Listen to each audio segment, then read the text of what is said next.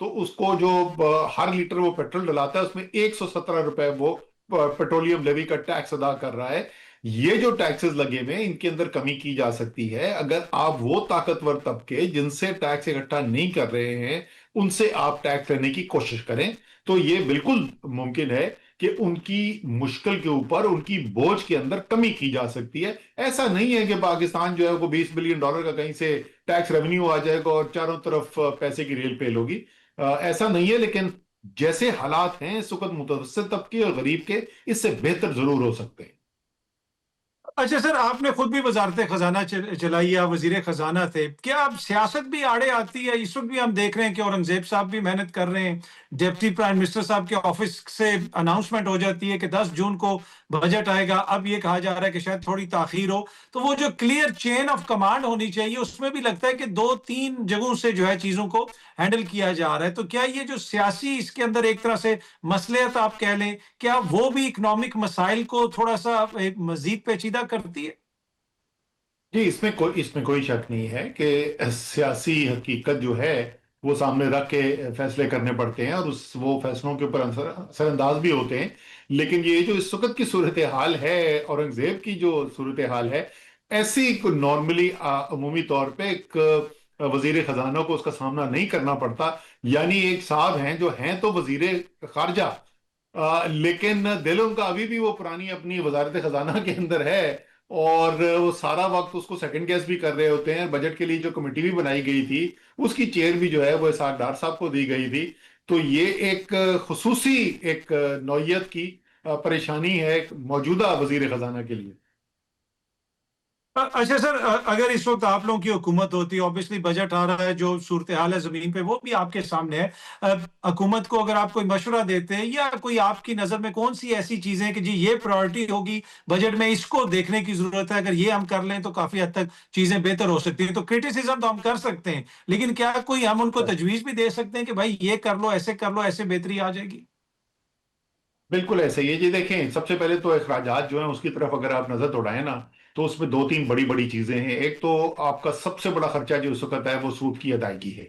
اس سود کی ادائیگی کے لیے آپ کو، جس کو ٹیکنیکل ٹرم میں کہتے ہیں کہ ڈیٹ جو ہے، قرضوں کی ریسٹرکچرنگ کرنے کی ضرورت ہے. جو بوجھ ان کا پڑ گیا ہے وہ اس وقت برداشت نہیں کیا جا سکتا. تو سب سے بڑی جو خرچے کی بچت آ سکتی ہے وہ تو وہاں سے آ سکتی ہے. دوسری بہت بڑی تبدیلی جس کی فوری طور پہ ضرورت ہے، آپ کو پتا ہے کہ اس سال پوری وفاقی حکومت چلانے کے لیے جتنا پیسہ خرچ کیا جائے گا اس تمام پیسے سے صرف پینشن کے اوپر جو پیسہ دیا جائے گا وہ زیادہ ہے. پینشن ریفارم فوری طور پہ کرنا انتہائی ضروری ہے.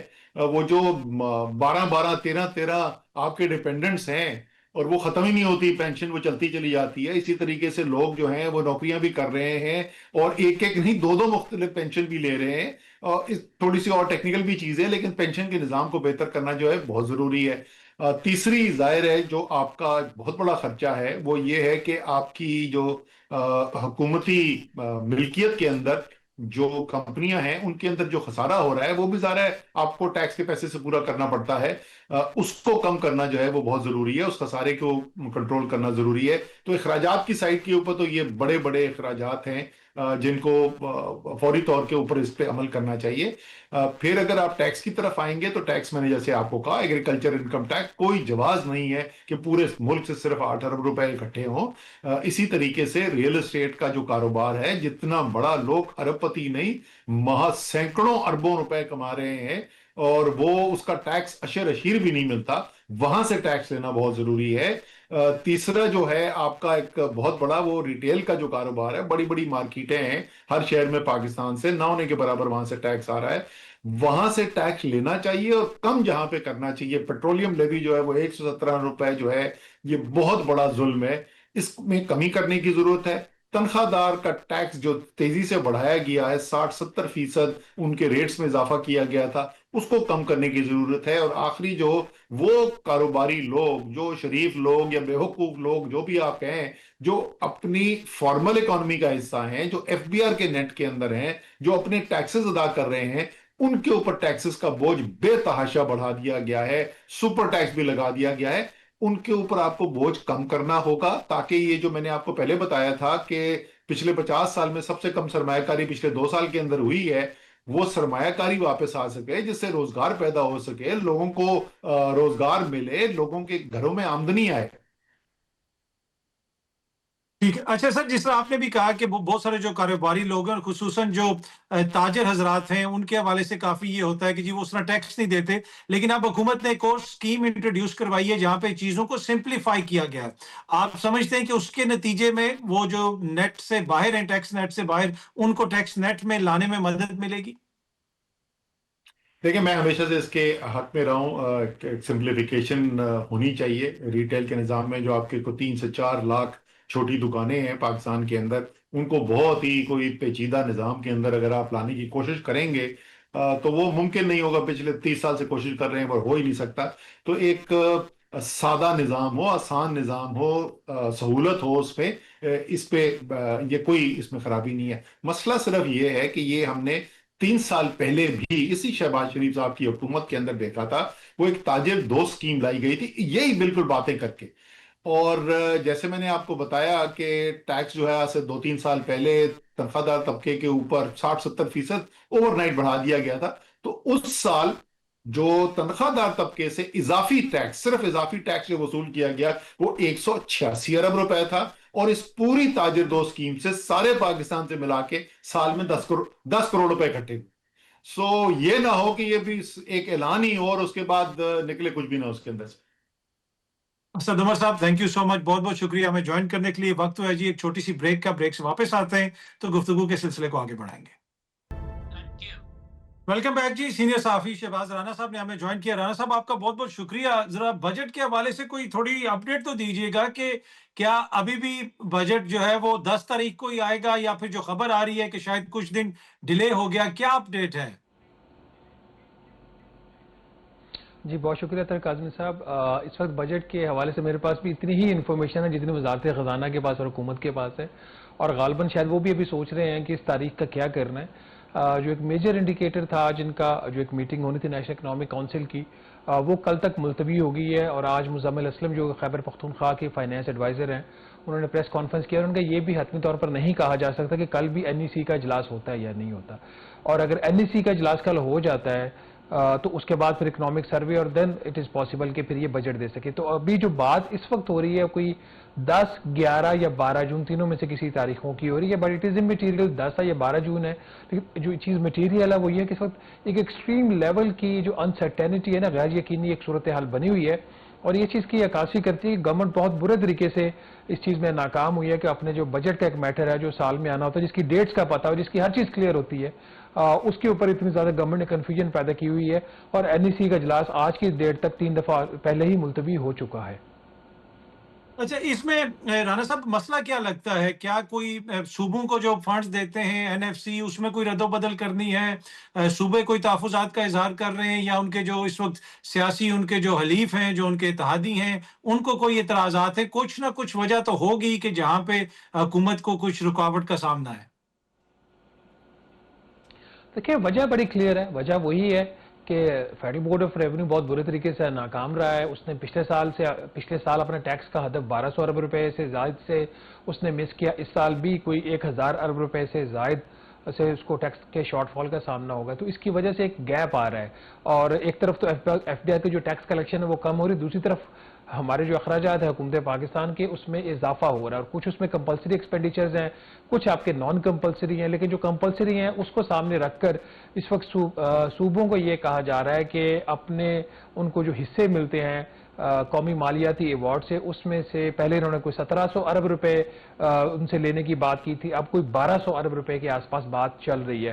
تو اب ایسے وقت میں جب آپ صوبوں کو کہیں گے کہ جی آپ 1200 ارب روپے ہمیں نکال کے دیں، تو صوبوں کے بھی بجٹ متاثر ہوں گے، کسی بھی اس چیز کے اوپر کلیئرٹی نہیں تھا۔ اگر اس طرح کی کوئی بات کرنی تھی تو اس کا وقت جو تھا وہ جون نہیں تھا، اس کا وقت مئی بھی نہیں تھا، اس کا وقت اپریل بھی نہیں تھا، یہ بات فروری مارچ میں کر لیتے تو لگتا ہے یا تو حکومت سوئی ہوئی تھی، یا حکومت کو پتہ نہیں تھا کہ اس نے کیا کرنا ہے، یا کچھ ایسے ایکسپینڈیچر تھے۔ یہ ان کا ٹھیک ہے، جب وقت آئے گا تو دیکھ لیں گے۔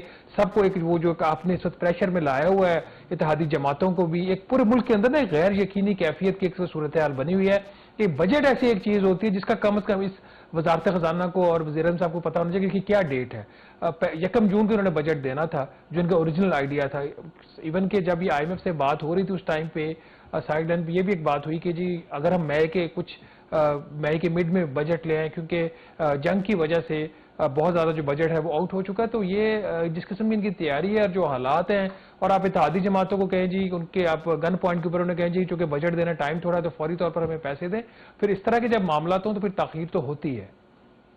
اچھا, جس طرح آپ نے شروع میں کہا کہ بھائی مجھے بھی اتنا ہی پتا ہے جتنا اس وقت وزارت خزانہ کو یا حکومت کو پتا ہے, یہ بات اس لیے بھی بڑی امپورٹنٹ ہے کہ آج بھی میں خبر پڑھ رہا تھا کہ حکومت شاید کوئی ریلیف بھی دینا چاہتی ہے لیکن آئی ایم ایف کی منظوری کا انتظار کیا جا رہا ہے. کیا اتنے مائنیوٹ لیول کے اوپر, اتنے نیچے لیول کے اوپر آئی ایم ایف سے ایک ایک چیز کی منظوری لی جا رہی ہے؟ چیزیں یہ ہمیشہ سے ہوتا ہے, آئی ایم ایف سے یہ پوچھتے ہیں سوائے ان چیزوں کے بارے میں نہیں پوچھتے جو انہوں نے کرنا ہی کرنا ہوتا ہے, اس کو آئی ایم ایف سے بھی چھپا لیتے ہیں اور آئی ایم ایف کو کر کے بتاتے ہیں. جہاں پہ گریٹر پبلک گڈ کی بات ہو تو وہاں پہ اکثر آئی ایم ایف سے پوچھا جاتا ہے اور یہ پوچھ رہے ہیں اس کے حوالے سے. اب 2-3 چیزیں اس وقت اوپن ہیں. ابھی جب ہم آپ سے بات بھی کر رہے ہیں تو یہ 2-3 بڑی چیزیں اوپن ہیں. ایک تو جو صوبوں سے انہوں نے کوئی 1200 ارب روپے کے آس پاس کچھ پیسہ لینا ہے وہ معاملہ ابھی بھی اوپن ہے, اس پہ حتمی فیصلہ نہیں ہے. اس پہ خیبر پختونخوا کے جو فائنانس ایڈوائزر وہ آن دا ریکارڈ آ چکے ہیں. دوسرا مسئلہ جو پی ایس ڈی پی ہے, جو وفاقی ترقیاتی بجٹ ہے, اس میں کس صوبے کا کتنا حصہ ہوگا, وفاق کے کون سے صوبوں کو کتنا پیسہ جائے گا, یہ معاملہ بھی کھلا ہوا ہے ابھی تک. اور تیسرا یہ دونوں جو چیزیں ہیں اس کا پھر آئی ایم ایف سے بھی لنک ہوتا ہے, تو آئی ایم ایف کے فرنٹ سے بھی جو معاملہ ہے وہ کھلا ہوا ہے. تو حکومت کوشش تو کر رہی ہے کہ جمعے تک ان ساری چیزوں کو وہ وائنڈ اپ کر کے اور جمعے کو بجٹ دے دے, جمعے تک بجٹ دے دے. وہ جمعرات بھی ہو سکتی ہے, بدھ بھی ہو سکتا ہے لکیلی اگر کوئی تبدیلی نہ ہو, لیکن بدھ کے چانسز اب نہیں لگ رہے. تو یہ چونکہ تینوں فرنٹس کھلے ہوئے ہیں, تینوں بڑے فرنٹس ہیں, اور وزارت خزانہ اور جو اوور آل جو لوگ جو بجٹ سے ڈیل کرتے ہیں اس وقت جو صورتحال سامنے وہاں پہ ٹوٹل ایک انسرٹینٹی کی کیفیت ہے, کوئی کلیئرٹی ہے نہیں. اتحادی جماعتوں سے آج رات بھی شاید بات کریں گے, تو اگر کوئی رات تک ان کے معاملات اتحادی جماعتوں سے طے ہو جاتے ہیں تو پھر کل کچھ آپ کو چیزیں واضح ہونا شروع ہو جائیں گی. جو ٹینٹیٹیو ٹائم انہوں نے نیشنل اکنامک کونسل کے اجلاس کا کل کا دیا وہ 11 بجے کا ہے. تو اگر کل 11 بجے این ای سی کا اجلاس ہو جاتا ہے, وزیر اعظم صاحب اس کی صدارت کر لیتے ہیں, تو پھر اس کے بعد باقی اس کے بعد کے معاملات ہیں وہ بھی چلنا شروع ہو جائیں گے. اگر این ای سی پھر دوبارہ پوسٹ پون ہو جاتی ہے تو پھر اور چیزیں آپ کی ڈیلے ہو جائیں گی. اچھا شہباز صاحب, اس بجٹ میں کوئی سرپرائز ہو سکتا ہے عوام کے لیے یا پھر پریٹی مچ کافی حد تک چیزیں کلیئر ہیں کہ کیا ایکسپیکٹ کیا جا رہا ہے اس بجٹ سے؟ دیکھیں اس وقت حکومت کے پاس فسکل سپیس بالکل نہیں ہے. ابھی تک کی جو ریلیف کی چیز ہے وہ آپ کو سیلڈ کلاس کے لیے کچھ ریلیف نظر آ رہی ہے, کچھ انڈسٹریلسٹ کے لیے ریلیف نظر آ رہی ہے. اس سے زیادہ حکومت ریلیف دینے کی کوشش نہیں ہے. اگر اس سے زیادہ کوئی ریلیف ہوتی ہے تو وہ پھر وفاقی حکومت کی جیب سے اس کا پیسہ نہیں جائے گا, اس کا پیسہ پھر صوبوں سے لیا جائے گا. تو اس لیے ساری چیزیں جو ہے ابھی اوپن ہے. سرپرائزز اس سینس میں ہو سکتے ہیں کہ صوبوں سے کیا لیا گیا ہے اور جو صوبوں سے پیسہ لیا گیا وہ کہاں خرچ ہوا ہے ہوگا آگے جا کر, یہ ایک ایشو ہو سکتا ہے. باقی چیزیں بائی اینڈ لارج ان کے بڑی کرسٹل کلیئر ہیں. اچھا, آج بھی خبر آئی کہ گزشتہ 11 ماہ کے دوران تقریباً 1400 ارب سے زیادہ کی جو ہے نا لیوی اکٹھی کی گئی پیٹرول کے اوپر. اب آگے بھی کیا آپ کو لگتا ہے کہ لیوی جو ہے اس کی پرائس میں مزید اضافہ ہوگا, اور جہاں پہ آپ بات کر رہے ہیں ٹیکس شارٹ فال کی, اس کو پورا کرنے کے لیے چاہے وہ پیٹرولیم لیوی ہو جائے یا دیگر اس قسم کے ٹیکسز ہوں, وہاں سے شارٹ فال کو پورا کرنے کی کوشش کی جا سکتی ہے؟ نہیں, آپ تو آگے کی بات کریں. ابھی اسی جمعے کو 3 دن پہلے وزیر اعظم شہباز شریف صاحب نے جو پیٹرولیم لیوی ہے پیٹرول کے اوپر, اس میں انہوں نے 22 روپے اضافہ کر دیا ہے. آپ کے 91 روپے سے جو لیوی تھی وہ 116 روپے فی لیٹر پہ آلریڈی جا چکی ہے. اب تو یہ وزیر اعظم صاحب کے وہ کیا کہتے ہیں نا, وہ بائیں ہاتھ کا کھیلو, چٹکی بجاتی ہیں تو لیوی بڑھ جاتی ہے. ان کو کون سا پارلیمنٹ سے پوچھنے کی ضرورت پڑتی ہے. تو یہ پہلے ہوتا تھا, قانون میں ایک میکسیمم ایک قدغن لگائی گئی تھی کہ کس حد تک حکومت پیٹرولیم مصنوعات کے اوپر لیوی لے سکتی ہے, وہ انہوں نے قدغن ختم کر دی ہے. اب تو کہ ایگزیکٹو فیصلہ ہے, نہ پارلیمنٹ سے پوچھنے کی ضرورت ہے, نہ کسی کو بتانے کی ضرورت ہے. ایک نوٹیفیکیشن کی مار ہے, رات جمعے کو وہ نوٹیفیکیشن آ جاتا ہے اور لیوی بڑھ جاتی ہے. اور یہی صورتحال پھر آئندہ بھی ہو سکتی ہے. اگر ماضی یہ بتا رہا ہے تو حال بھی یہی ہوگا اور مستقبل بھی یہی ہوگا. تو اس میں مجھے اس پہ کوئی کنفیوژن نہیں ہے. اور اس میں جو سب سے بڑی بات یہ ہے کہ اگر یہ اگلے سال کو 1700 ارب روپے کے پیٹرولیم لیوی کا ہدف رکھ رہے ہیں تو کیسے لیں گے, جب یہ خود کہہ رہے ہیں کہ قیمتیں بڑھنے سے جو کنزمپشن ہے وہ کم ہوئی ہے. تو جب کنزمپشن کم ہوئی, ہدف آپ کا بڑھ جائے تو پھر تو آپ کا ریٹ ہی بڑھے گا اور تو اس کے علاوہ آپ کے پاس کوئی چارہ نہیں ہے. لیکن اس میں جو پیٹرولیم ڈویژن ہے اس کا موقف تھوڑا سا مختلف ہے. وہ تو کہہ رہے ہیں کہ 1700 ارب روپے کی بجائے اگلے مالی سال میں آپ 1000 ارب روپے کا آپ لیوی کا ہدف رکھو, اور جو اس کا جو ریٹ اس وقت پیٹرول کے اوپر 116 روپے فی لیٹر ہے اور ڈیزل کے اوپر غالباً 45 روپے فی لیٹر ہے, تو وہ پیٹرول کا کہہ رہے ہیں اس کو اور ڈیزل کا دونوں کا وہ کہہ رہے ہیں 50 روپے فی لیٹر کے اوپر آپ اس کو لے کے آئیں تاکہ کچھ تو عوام کو ریلیف ملے. یاد رہے کہ وزیر اعظم شہباز شریف صاحب نے عوام سے وعدہ کیا تھا کہ جیسے ہی عالمی منڈی میں تیل کی قیمتیں کم ہوں گی تو وہ پیٹرولیم مصنوعات کی قیمتیں کم کریں گے. لیکن اس جمعے کو پیٹرول کی قیمت جو کم ہونی تھی as per the international market وہ 26 روپے فی لیٹر ہونا تھی, وزیر اعظم صاحب نے 4 روپے فی لیٹر کی اور 22 روپے انہوں نے ٹیکس بڑھا دیا جو ان کے حکومت کے بقول کے جی وہ ڈیزل کو کمپنسیٹ کرے. تو ڈیزل کے جو کمپنسیشن ہے وہ غریب موٹر سائیکل والے سے مت لیجئے, بجٹ سے اگر آپ کے پاس پیسہ ہے تو آپ کمپنسیٹ کیجئے, یا کوئی وزارت بند کر کے کمپنسیٹ کیجئے, یا سرکولر ڈیٹ کی مد میں جو سالانہ کو 300 سے 400 ارب روپے کا نقصان کر رہی ہے حکومت اپنی انیفیشنسی کی وجہ سے, وہاں سے کاٹ کے کمپنسیٹ کیجئے, غریب موٹر سائیکل والے سے مت لے کے کمپنسیٹ کیجئے.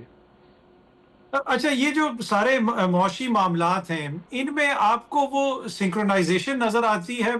میں دیکھ رہا تھا کہ جو ڈپٹی پرائم منسٹر کا آفس ہے ادھر سے ٹویٹ کی گئی اور بتایا گیا کہ جی 10 جون کو بجٹ پیش کیا جائے گا. وزارت خزانہ یا وزیر خزانہ کے اکاؤنٹ سے یا ان کے آفس کی جانب سے کوئی چیز اس طرح جاری نہیں کی گئی. تو ابھی معاملات کا جو ہے وہ کون دیکھ رہا, کون ہے انچارج, کون ہے؟ ڈار صاحب ہیں, اورنگزیب صاحب ہیں, یا کوئی اور معزز شخصیت ہے؟ اس وقت 3-4 مختلف جگہوں سے جو پاکستان کی اکانومی چلائی جا رہی ہے, جس میں آف کورس جو فرنٹ کا فیس ہے وہ تو محمد اورنگزیب صاحب ہی ہیں آج بھی, پھر سیکرٹری خزانہ امداد اللہ بوسال صاحب ہیں, زیادہ تر معاملات وہ دیکھ رہے ہیں, اور پھر جو پولیٹیکل اکانومی کے جو معاملات ہیں اس کو اسحاق ڈار صاحب دیکھ رہے ہیں, پھر پرائم منسٹر آفس کا اپنا رول ہے. تو 3-4 جگہوں سے پاکستان کی اکانومی چل رہی ہے, اس لیے بہت شاندار اکانومی چل رہی ہے اس وقت. شہباز رانا صاحب بہت بہت شکریہ, تھینک یو سو مچ ہمیں جوائن کرنے کے لیے. وقت تو ہے جی ایک چھوٹی سی بریک کا, بریک آتے ہیں تو گفتگو کے سلسلے کو آگے بڑھائیں گے. ویلکم بیک جی, پروگرام دیکھنے کا شکریہ. سوشل میڈیا پر فیڈ بیک ضرور دیجیے گا. کل اگین آپ سے اسی ٹائم پہ ملاقات ہوگی. Thank you very much.